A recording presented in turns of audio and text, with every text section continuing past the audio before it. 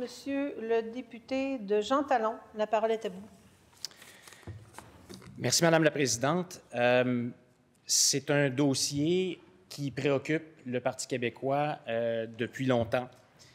En septembre dernier, on a demandé au gouvernement de collaborer davantage avec les acteurs du milieu et notamment avec les villes pour améliorer la sécurité publique.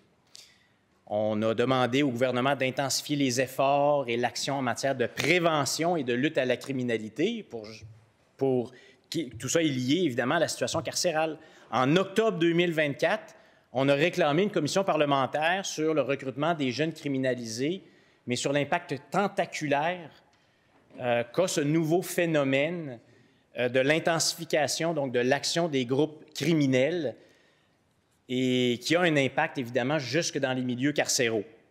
On a refusé cette commission parlementaire. Et l'idée était justement qu'on puisse discuter ensemble d'un plan d'action qui inclurait la situation dans les milieux carcéraux, qu'on écoute les experts, qu'on voit quelles sont les données les plus récentes, mais surtout qu'on a un portrait complet de la situation. C'est ça l'idée. Et on nous l'a refusé.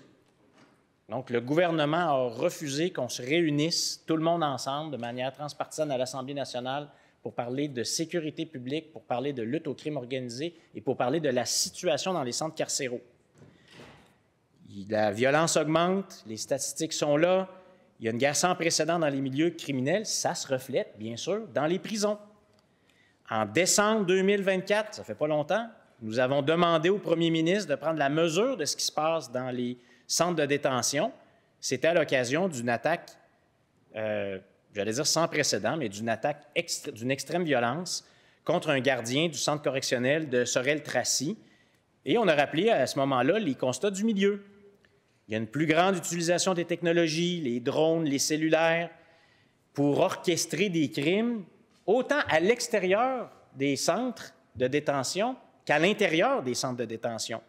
Il y a des graves enjeux de santé mentale et il y a un manque criant d'effectifs, de gardiens, alors que la violence est toujours plus présente et plus brutale.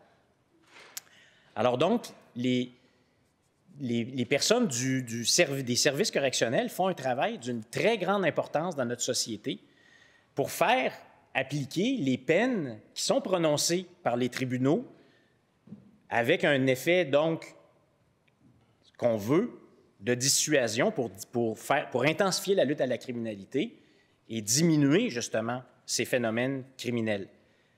Donc, ça prend des moyens pour assurer le bon fonctionnement de nos centres de détention, parce que sinon, c'est les travailleurs du milieu qui paient de leur propre sécurité le manque d'action et le manque de moyens.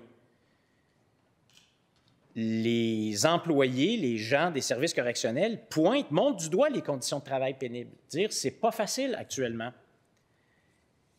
Et ils parlent d'une déconnexion des gestionnaires et d'une difficulté à dialoguer avec le gouvernement sur cette question-là. Et ça, donc, c'est le premier appel aujourd'hui, c'est de répondre présent, de ne pas avoir ces réponses qu'on a entendues, y compris ici en Chambre, et c'est des réponses que moi, j'ai obtenues un certain nombre de mes questions ou de mes interventions avec le ministre de la Sécurité publique, c'est de dire que non, c'est pas ça la situation, puis oui, on en fait assez, puis on avait un plan il y a quelques années, puis le plan, il est encore bon, puis c'est à ça qu'on s'en tient. On demande de notre ministre qu'il fasse preuve d'écoute, qu'il se mette en position de dialogue et qu'il se mette en mode solution avec l'ensemble des intervenants du milieu.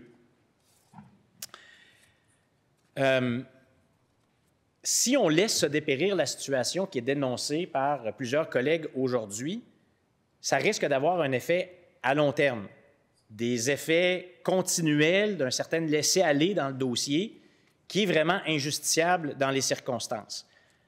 On a entendu aussi beaucoup dire « c'est la faute d'Ottawa, etc. » Oui, il y a peut-être une partie de la responsabilité qui est là, mais il faut que le gouvernement du Québec, il faut que le ministre de la Sécurité publique se demande aujourd'hui ce qu'il peut faire de plus, ce qu'il peut faire de mieux pour faire partie des solutions dont certaines sont proposées donc par les intervenants du milieu.